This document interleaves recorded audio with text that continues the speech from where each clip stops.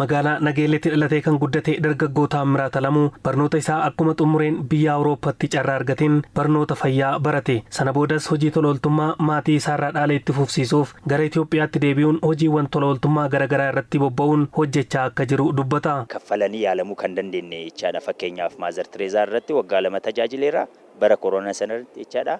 Achiin duubatti immoo ambaasaadara ta'eera gara Yawdaquutu naansu jedhan Faransaay Yesuus irratti waggaa 7 jechaadha. Ogummaa baratee fi muuxannoo qabuun wayita balaan tasaa magaalaa Finfinnee keessatti mudatu saffisaan naqqabuun tajaajila yaala fayyaa kennaa kan jiru dargaggeessi kun kutaalee biyyattii garaagaraa keessattis tajaajila wal fakkaataa kennaa jiraachuu hima. Gara Dabuubii kana deemee yaaleera. Hospitaala guddaa irratti magaalaa Nageellee Booranaa hospitaala Jeneraal Hospitaal irratti yaaleera jechaadha. Kanaafuu fakkeenyummaa kiyyatti daangaan qabu Finfinnee irratti kan daangeffame osoo hin ta'in akka biyyoolessaatti naannee biyya koo nan tajaajila jechaadha. Magaalaa Finfinneettis ganna kana tola ooltonni 10,000 ta'an hojii nageenya tiraafikaa kabachiisuu eegalaniiru. Qajeelcha waliigalaa poolisii magaalaa Finfinneetti itti gaafatamaan tiraafikaa kutaa magaalaa Lidataa Kumaandar Boggaalaa Indaalaa magaalaa Finfinneetti hojiileen nageenya tiraafikaa mirkaneessuuf hojjetamu tola ooltotaan deeggaramuu erga eegalee as balaawwan gama kanaan uumamaa turan hir'achaa jiraachuu dubbataniiru.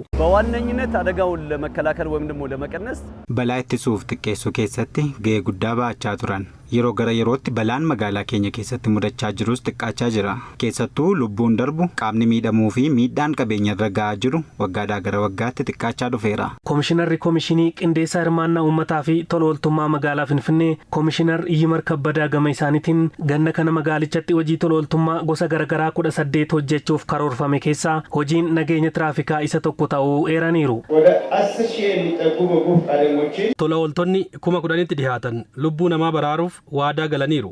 Addabaabaa'ota magaalaa Finfinnee 141 fi daandii walquunnamsiisaa irratti bakka lafoo deemtonni irra ce'anii fi iddoo dhiphinni tiraafikaa jirutti ramadamaniiru. Isaan ammoo hawaasa ni barsiisu. Yaa'insa tiraafikaas ni saffisiisu. Akkasumas namoota humna hin qabne karaa ceesisuu fi namoota hubannoo hin qabne irra balaan akka hin geenyes ni taasisu. Komishinar Yimaritti dabaluun tajaajilli tola ooltummaa guddina magaalaa Finfinnee saffisiisuu fi jireenya hawaasummaa bu'uura cimaa irratti ijaaruuf gahee olaanaa qabas jedhan.